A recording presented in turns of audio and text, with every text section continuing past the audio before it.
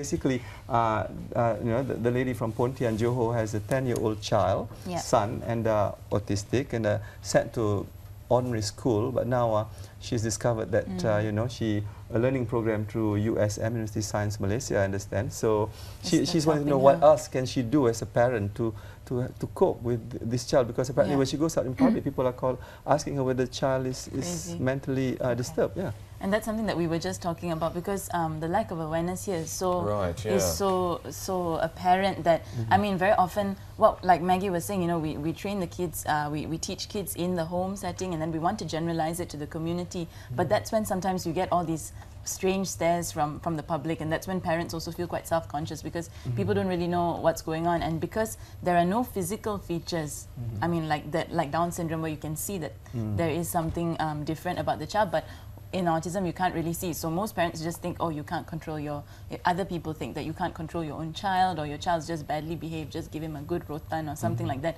But that's not actually the case at all, So I think that's probably what this lady is feeling. Yeah. And what we would recommend to her is we always pair positive reinforcement with any positive behavior.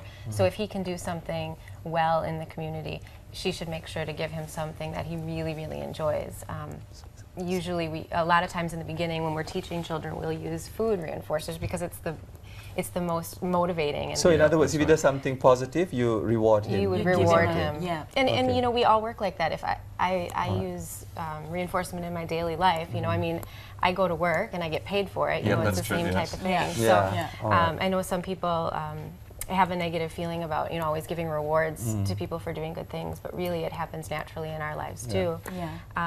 So that's what we would recommend, and like Joe said earlier, we wouldn't take him out into the shopping center for an hour at a time. Maybe we would only go for 5 minutes. 5 minutes to start with. Maybe he would go for 5 minutes. Ease them into it again. It's all about gradual, right? He does something well, and then he gets a reinforcer for that. Another thing, just to quickly say, that we do practice is we do use video modeling, and we also do use social stories. So we do practice a lot at home before going out. So let's say if we're going to go for a wedding, a dinner, or to the restaurant, we might actually practice in the setting at home. We might make a story about what's happening, so then they know. This is another good suggestion, Puan. So on the back, there's some videos. Ada video modeling. Jadi mungkin kalau sebelum pergi ke kenduri kahwin ke apa-apa, berlakon dengan anak Puan dulu, apa harus dia buat untuk ambil makanan dan untuk duduk dan makan, so that he knows before he goes out that this is what he's supposed to do.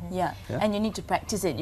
One time wouldn't be probably enough. Practice. And the nice thing about video models is you can always, everybody's got a digital camera or a phone camera, you can just make one up yourself, Right. So like we can pretend, okay, we're going to go to the restaurant, we're going to eat real nice, and so you just make a video of yourselves or the family itself. And I know you mentioned positive reinforcement earlier. I imagine negative reinforcement has a detrimental effect. Would that be right on children with autism? Well, a lot of children with autism are really seeking out negative attention.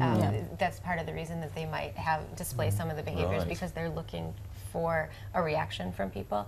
So when they do negative behaviors, we actually remain very neutral, and we just use positive reinforcement for when they do good things. So when the negative behaviors happen, we don't use punishment, or we don't tell no.